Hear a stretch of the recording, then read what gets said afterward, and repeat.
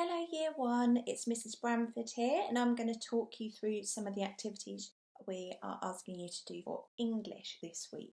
Now over the next 2 weeks we're going to look back at our text nights which we were looking at before Christmas around the time when we went to Windsor Castle, which was lots of fun.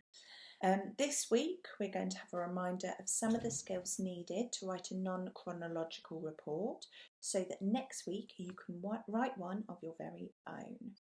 Now Friday this week is a bank holiday, so we have only got 4 lessons for you to do this week. So we're going to have a little look over the activities you'll be asked to do this week.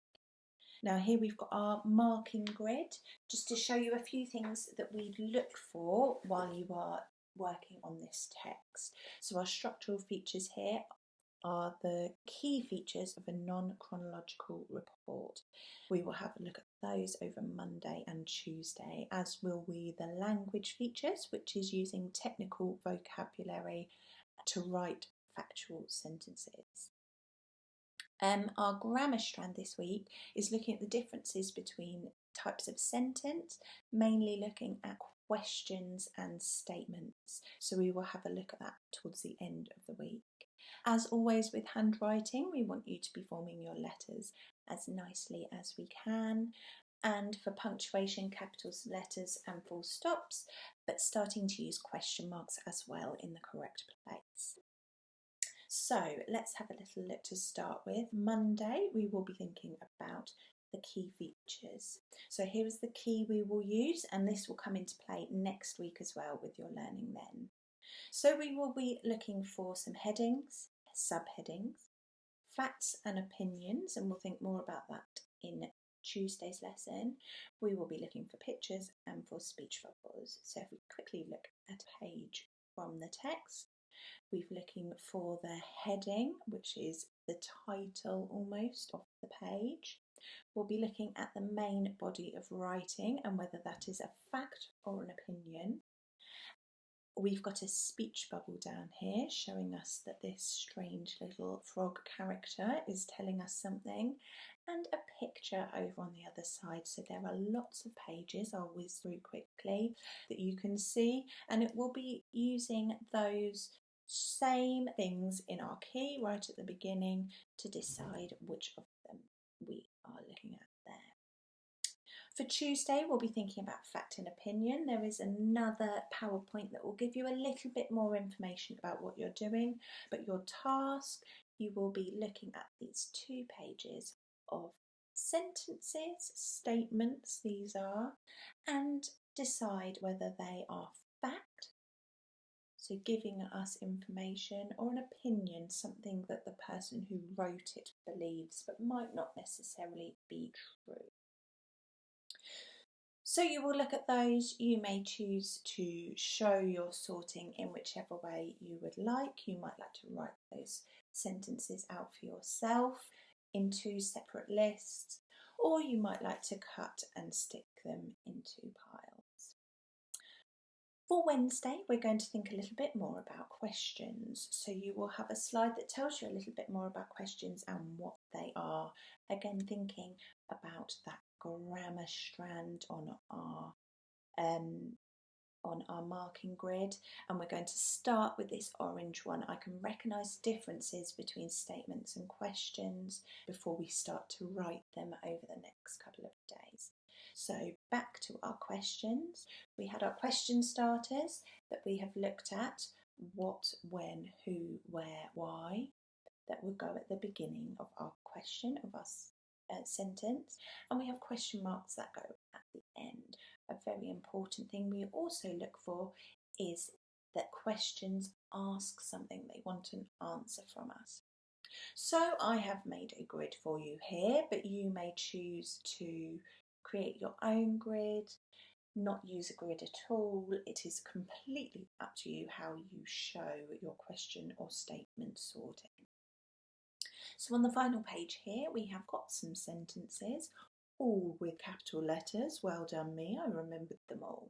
But sometimes these sentences at the end do not have the punctuation. So we're going to work our way through the questions and statements to see if we could put the correct punctuation, also to check the punctuation that is there is correct. So let's have a look at this first sentence up here. It starts with what?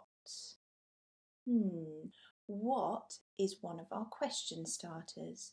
So it may be a question, but let's read a little bit more to see if I am correct with that.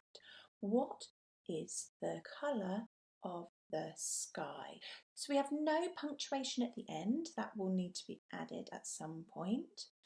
What is the colour of the sky? Is it asking us something?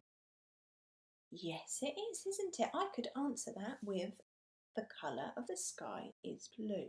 So I think it is a question. What punctuation would I need at the end of a question?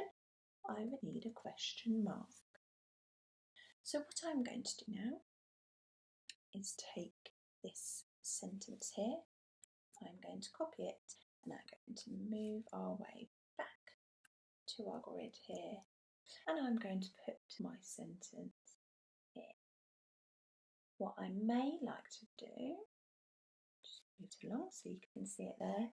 I might like to copy it out so I can practice using my best handwriting. Obviously, I can't show you that on my computer today. So you would go through the rest of the sentences and see if you can make sure they go to the correct place.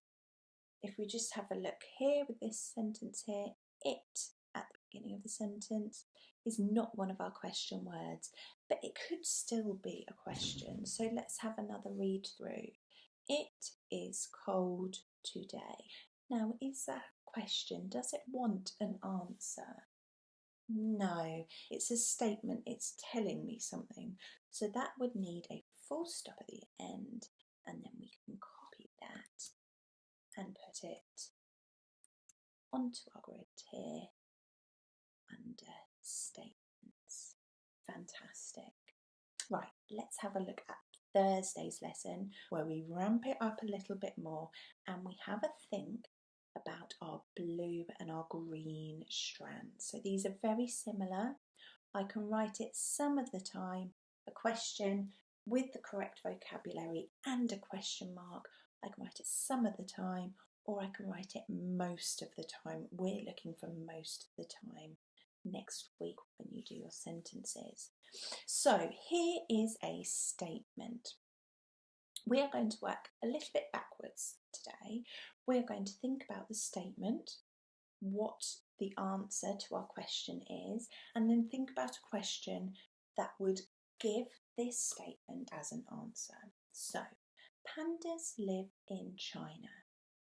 It's a statement, it's got a full stop at the end, and it is telling us something. Lovely picture of a cute little panda there too. So, what is the statement telling us, and what information have we been given? I wonder if Scotty can help me. Let's have a look at the next page. Oh, thank you, Scotty. I know where pandas live. Okay, so where, that's a good question word, isn't it? I'm going to keep that in my head.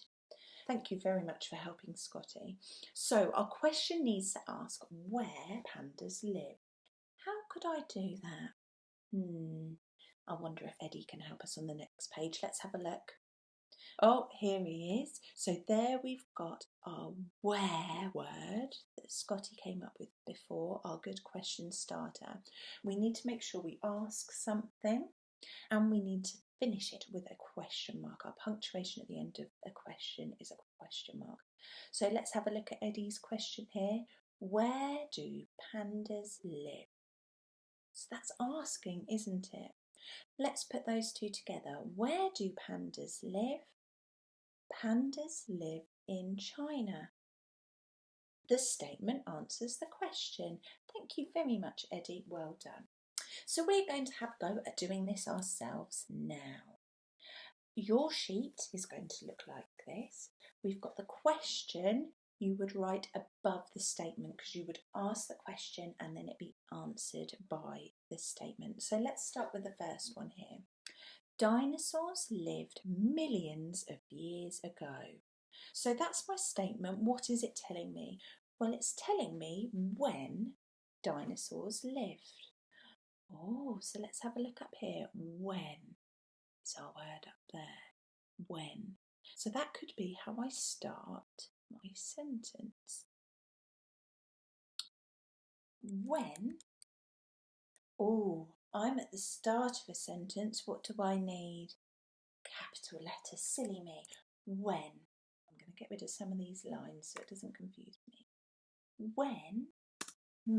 Now, when what? When did dinosaurs live? So I'm going to write that as my question and then read it back and see if I am correct. When did dinosaurs live?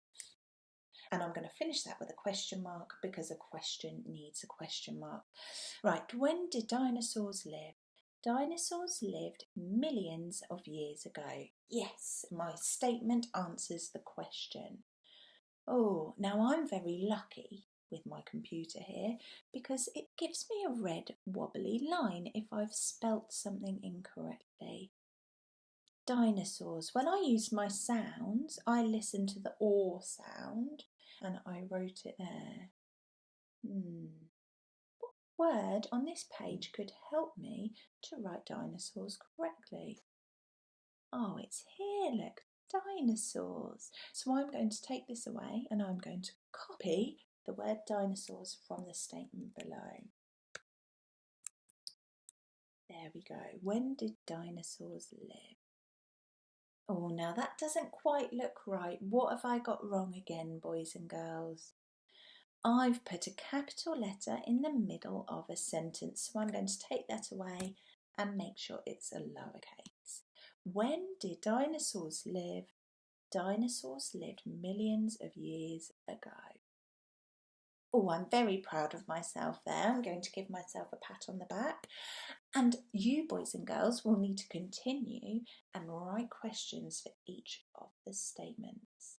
If you wanted to, you could add some extra information to the end of the statement to make it a little bit more exciting. We've already used the conjunction here because. Maybe you could think of another conjunction to use as well. Thank you very much for listening. I hope this has been helpful. And remember, your teachers are all on Dojo to help with any information you might need when completing your work. Thank you very much, boys and girls, and speak to you soon.